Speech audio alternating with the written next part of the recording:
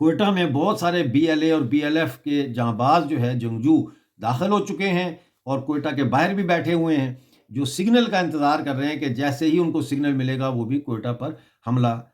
کریں گے۔ پاکستان اس وقت ایپی سینٹر بن گیا ہے انسٹیبلٹی کا ساؤتھ ایشیا میں۔ Hello and welcome to radio Himalaya news, میں ہوں ڈاکٹر امجد ایوب مرزا۔ ناظرین، میرے پاس ایک انٹیلیجنس رپورٹ آئی ہے، وہ میں آپ کے ساتھ شیئر کرنا چاہتا ہوں۔ ہمیں یہ بتایا گیا ہے ریڈیو ہمالیہ کو کہ کوئٹہ اور پشاور کے ایئر بیس جو ہیں وہاں پہ J-17 جو چائنیز فائٹر جیٹس ہیں ان کو تیار کیا جا رہا ہے اور ان کو چیک کیا جا رہا ہے، اور یہ چیکنگ اور تیاری جو ہے یہ اس لیے کی جا رہی ہے کہ اب سے 4 سے 5 دن میں افغانستان پر پاکستان ایک بھرپور حملہ کرنے جا رہا ہے، جس میں پشاور اور کوئٹہ ایئر بیس سے J-17 جہاز جو ہے وہ اپنی پرواز پکڑیں گے۔ بتایا یہ جا رہا ہے کہ یہ حملہ خوست، ننگرہار اور پکتیا میں کیے جا سکتے ہیں، یہ کہا جا رہا ہے۔ اور یہ بھی بتایا گیا ہے اس رپورٹ میں کہ WL-2 ڈرون ان کو استعمال کیا ہے پاکستان نے ریکی کرنے کے لیے، یعنی یہ ڈرونز کے ذریعے آلریڈی انہوں نے ان ٹھکانوں کی نشاندہی کر لی ہے جہاں پہ یہ J-17 طیارے بمباری کریں گے۔ یہ ایک بہت خطرناک ڈیولپمنٹ ہے اگر ایسا ہوتا ہے، اور اگر یہ خبر سچ ہے تو یہ ایک بہت ہی خطرناک ڈیولپمنٹ ہوگی، اس لیے کہ اس ریجن میں جس کو ہم ساؤتھ ایشیا کہتے ہیں ٹینشنز دن بدن بڑھتی چلی جا رہی ہیں۔ ایک طرف چائنا کی مسلسل تائیوان کو دھمکیاں، اور تائیوان کے جو پانی ہے یعنی سمندر ہے تائیوان کا، اس میں مسلسل اپنے گن شپ بوٹس جو ہے وہ بھیجتا ہے، اپنے جنگی بحری بیڑے جو ہے وہاں سے گزارتا ہے، اور ان کی فضائی حدود میں ایک نہیں دو نہیں بلکہ ایک ٹائم پہ 25 سے لے کر 35 تک جنگی جیٹ طیارے جو ہے ان کی فضائی حدود کی خلاف ورزی کرتے ہیں اور وہاں سے گزرتے ہیں۔ اسی طرح ساؤتھ چائنا سی میں اس میں بھی بڑی ٹینشن اس وقت چل رہی ہے سپلائی چینز کو لے کر، اور چائنا کی جو فلپین کے پانیوں کی خلاف ورزی کرتے ہیں ان کی، تو ان چیزوں کے حوالے سے بھی بہت سخت کشیدگی اس وقت پورے ساؤتھ ایشیا میں موجود ہے۔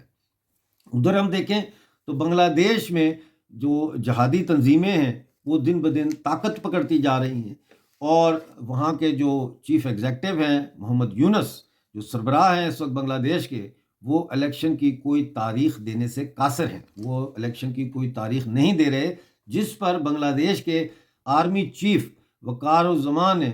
بہت شدید احتجاج کرتے ہوئے کہا ہے کہ انف از انف،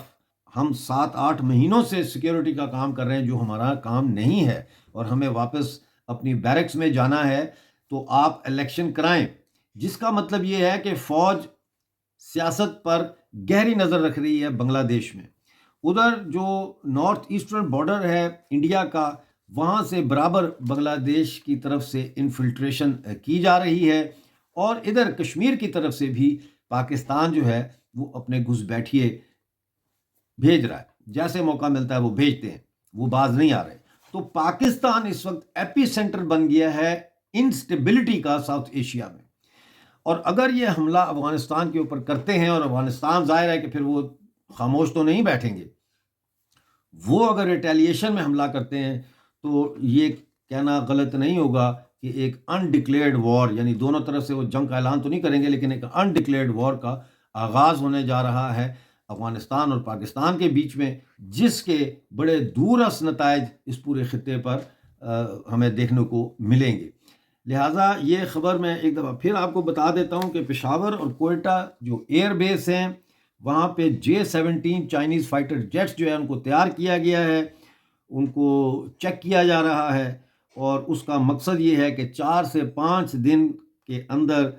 یا 4 سے 5 دن کے بعد خوست، ننگرہار یا پکتیا یا تینوں جگہوں پر بیک وقت جو ہے وہ پاکستان بمباری کرنے جا رہا ہے۔ اس حوالے سے WL-2 ڈرون جو ہوتے ہیں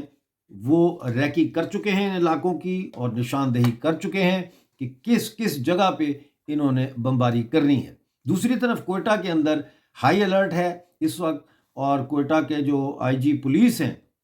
بلوچستان کے، انہوں نے نوٹیفیکیشن جاری کیا ہے جس میں انہوں نے لوگوں کو ہدایت کی ہے کہ آپ اپنے گھروں سے باہر نہ نکلیں، انلیس کہ بہت ہی کوئی ضروری کام ایمرجنسی ہو گھروں میں رہیں، گھروں سے نہ نکلیں۔ ہائی سیکیورٹی الرٹ اس وقت ہے کوئٹہ میں، اور دفتروں میں بھی انہوں نے ملازمین کو کہا ہے کہ اگر آپ کا واقعی دفتر آنا بنتا ہے تو آپ آئیں، ورنہ گھروں میں بیٹھیں۔ لگتا یہ ہے کہ آنے والے 1-2 دن میں اسکول اور کالج بھی شاید بند کر دیے جائیں۔ وہ کہہ یہ رہے ہیں کہ کوئٹہ میں بہت سارے بی ایل اے اور بی ایل ایف کے جانباز جو ہے جنگجو داخل ہو چکے ہیں اور کوئٹہ کے باہر بھی بیٹھے ہوئے ہیں، جو سگنل کا انتظار کر رہے ہیں کہ جیسے ہی ان کو سگنل ملے گا وہ بھی کوئٹہ پر حملہ کریں گے، بی ایل ایف اور بی ایل اے کے اور دوسرے جو سرمچار ہیں وہ۔ اور وہ کہہ رہے ہیں کہ اس وقت کسی بھی جگہ پر بی ایل اے اور بی ایل ایف حملہ کر سکتی ہے، اور انہوں نے یہ بھی کہا ہے کہ گھروں سے کوئی باہر نہیں نکلے گا۔ تو اس کے علاوہ کوئٹہ میں جگہ جگہ فوج کے جوان اب اپنی پوزیشنیں لے رہے ہیں۔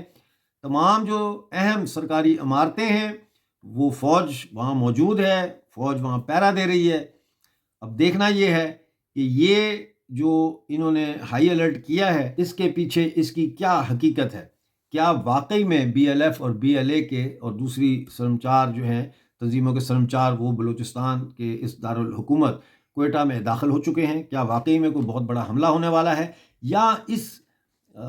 قسم کا خوف پیدا کر کے تو کوئٹہ میں ایک قسم کا مارشل لا لگایا جا رہا ہے، جس کے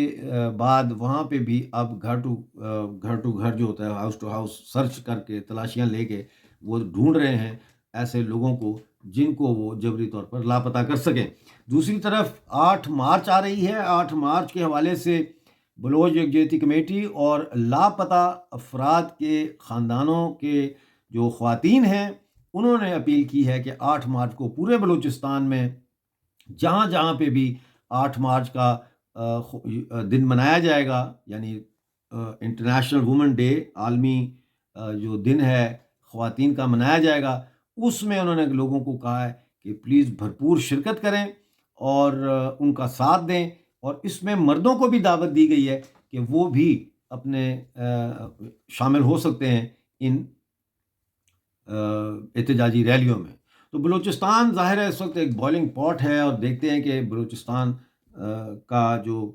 مسئلہ ہے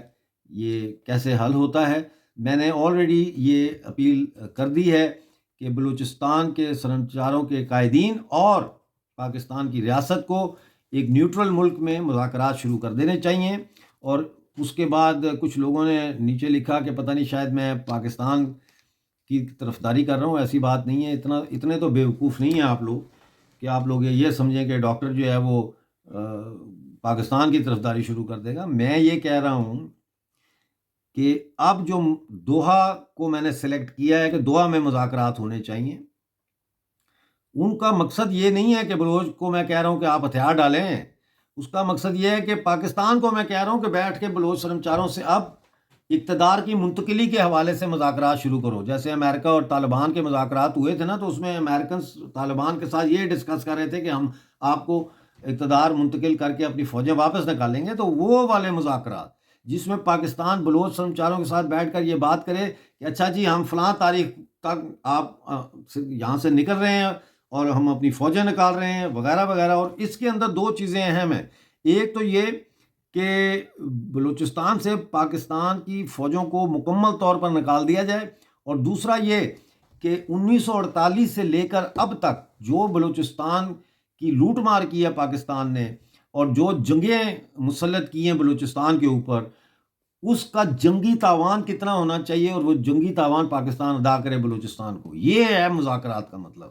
تو تھوڑا سا سوچا کریں کہ ڈاکٹر کیا کہہ رہا ہے، اس کے اندر جایا کریں، فوراً شک نہ کرنا شروع کر دیا کریں۔ بہرحال دیکھتے رہیے ریڈیو ہمالیہ نیوز۔ ملتے ہیں اگلے پروگرام میں، اس وقت تک کے لیے اپنا بہت سارا خیال رکھیے۔